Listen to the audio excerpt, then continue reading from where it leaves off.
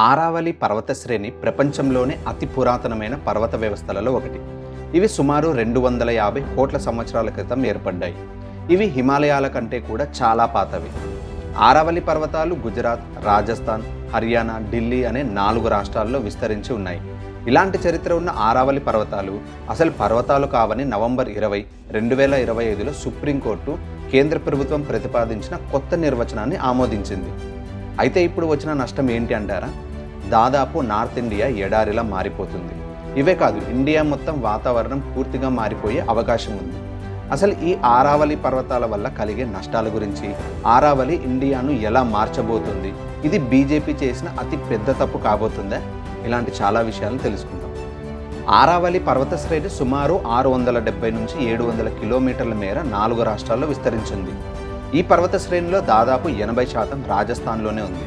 Supreme court ఇటీవల ఆమోదించిన నిర్వచనం ప్రకారం చుట్టుపక్కల భూమి కంటే 100 మీటర్లు లేదా అంతకంటే ఎక్కువ ఎత్తు ఉన్న వాటిని మాత్రమే అధికారికంగా ఆరావళి పర్వతాలుగా గుర్తిస్తారు. అంతకుముందు ఈ ఎత్తు 30 మీటర్లుగా ఉండేది. అయితే ఈ ఎత్తును 100 మీటర్లకు మార్చడంతోనే వివాదం మొదలైంది. ఎందుకంటే మొత్తం ఆరావళి పర్వతాల్లో దాదాపు 90% పర్వతాలు 100 మీటర్ల కంటే తక్కువ ఎత్తులో ఉన్నాయి. అంటే ఇప్పుడు ఈ మొత్తం కొండల్లో మైనింగ్ మొదలు పెట్టొచ్చు, పెద్ద పెద్ద బిల్డింగ్స్ కట్టొచ్చు, రియల్ ఎస్టేట్ చేయవచ్చు అని కోర్టు గవర్నమెంట్కు అనుమతి ఇచ్చింది.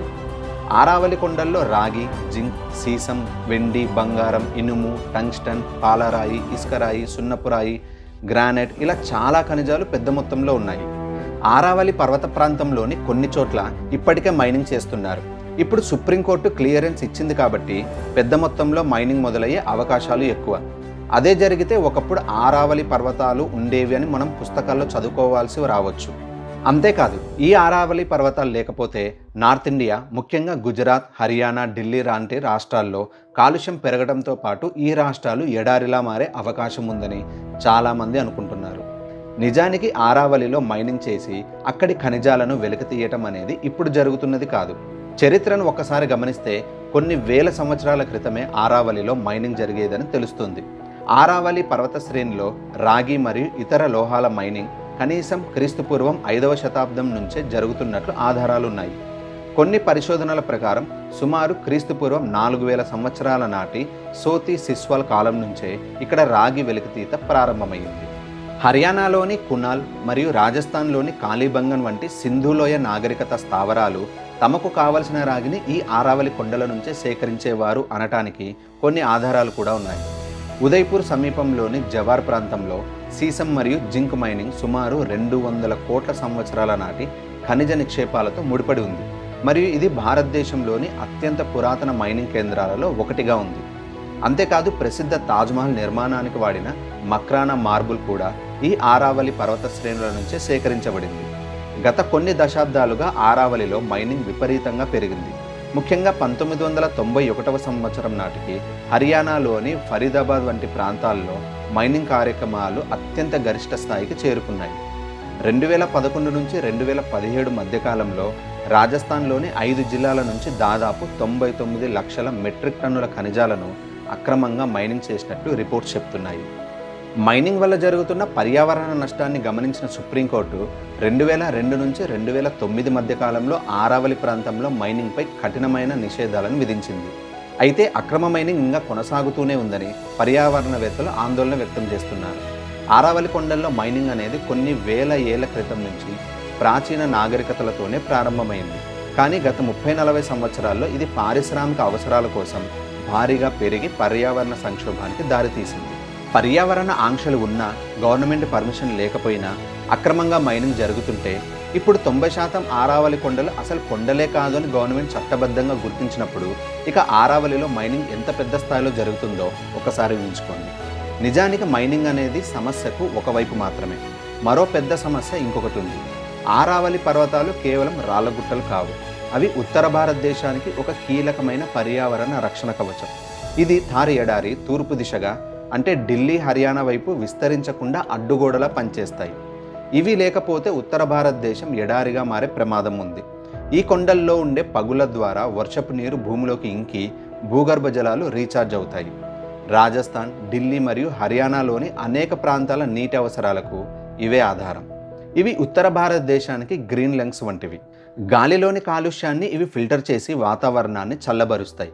ఇప్పటికే ఢిల్లీ లాంటి చోట్ల గాలి కాలుష్యానికి ఆఫీస్ అండ్ స్కూల్స్కు సెలవులు ఇస్తున్నారు. ఇక ఇలాంటి పరిస్థితే మిగిలిన రాష్ట్రాల్లో కూడా వచ్చే అవకాశం ఉంది.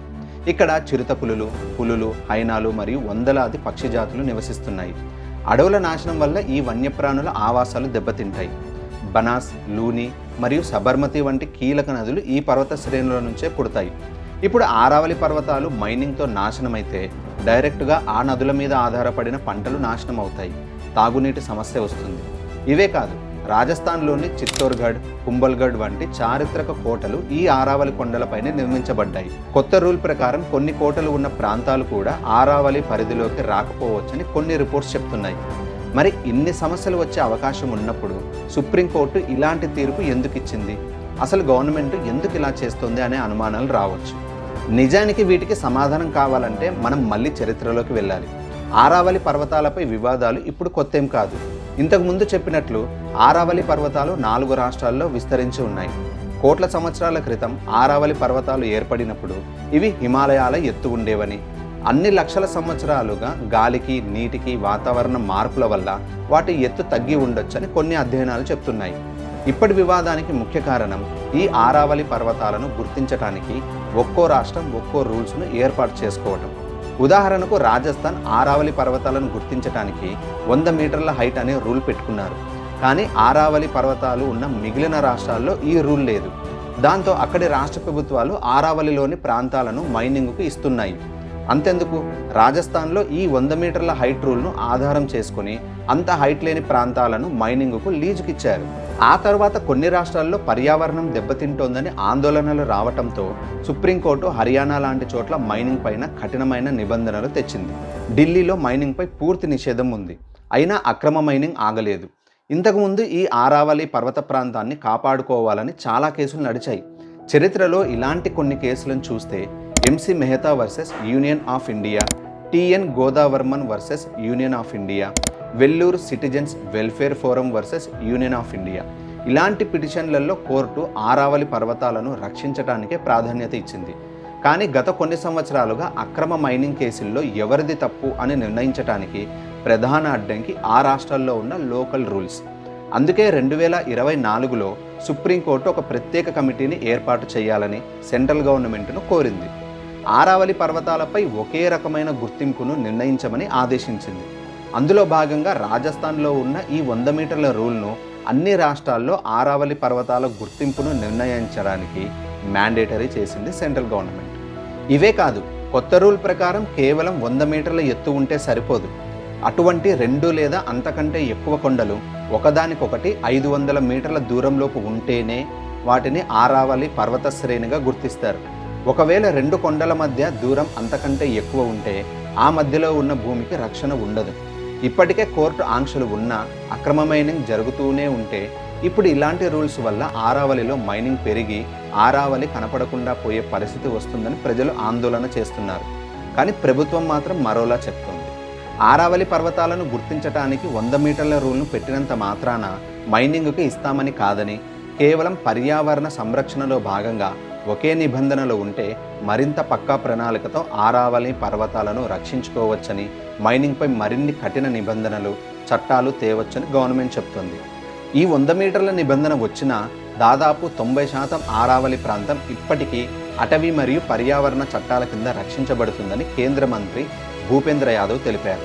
కేవలం 2% ప్రాంతంలో మాత్రమే మైనింగ్ సాధ్యమవుతుందని, అది కూడా శాస్త్రీయ అధ్యయనాల తరువాతే అనుమతిస్తామని ప్రభుత్వం చెప్తోంది. ఇది ఎంతవరకు నిజమనేది భవిష్యత్తులో తెలుస్తుంది. तो मुझे लगता है सुप्रीम कोर्ट ने जो निर्णय दिया है, ministry of environment, survey of India, geological survey of India और जियोलॉजिकल सर्वे ऑफ इंडिया में जो इंटरनेशनल स्टैंडर्ड है रिचर्ड मार्की उसको दिया है, उसके बाद भी मामला सुप्रीम कोर्ट में है। हम पूरी तरीके से सहयोग करने के लिए तैयार हैं।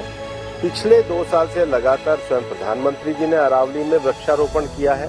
हम ग्रीन अरावली के लिए प्रतिबद्ध हैं। ये एक झूठ फैलाया जा रहा है और सबसे बड़ी बात है कि ये जो रिपोर्ट है ये 2006 से राजस्थान में ऑलरेडी लागू है। इसमें कुछ भी एडिशन नहीं किया गया, बल्कि अरावली के टॉप से लेके और जमीन तक, मतलब जमीन से पूरा ऊपर 100 जो स्ट्रक्चर है वो सारा प्रोटेक्टेड की श्रेणी में आता है। ప్రస్తుతం కొత్త మైనింగ్ లీజులపై సుప్రీంకోర్టు తాత్కాలిక నిషేధం విధించింది. Indian council of forestry research and education అనే సంస్థ management plan for sustainable mining నివేదికను సిద్ధం చేసే వరకు ఈ నిషేధం కొనసాగుతుంది. ఈ నివేదిక ఆధారంగానే భవిష్యత్తులో ఎక్కడ మైనింగ్ చేయవచ్చు, ఎక్కడ చేయకూడదు అనేది నిర్ణయిస్తారు. హర్యానాలో అడవుల శాతం దేశంలోనే అతి తక్కువగా ఉంది. అక్కడ ఉన్న కొండల్లో ఇప్పటికే భారీగా మైనింగ్ జరిగి అవి చిన్న చిన్న గుట్టలుగా మారిపోయాయి. కొత్త రూల్స్ వల్ల హర్యానాలోని మిగిలిన కొండలు కూడా పూర్తిగా నాశనమయ్యే అవకాశం ఉందని పర్యావరణవేత్తల భయం.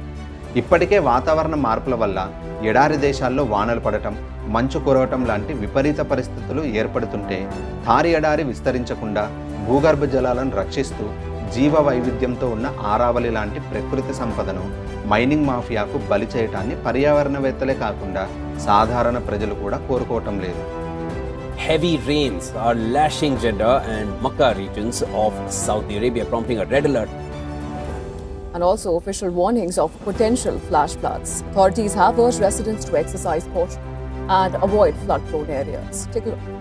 Rare snowfall, which remember has emerged from Saudi Arabia.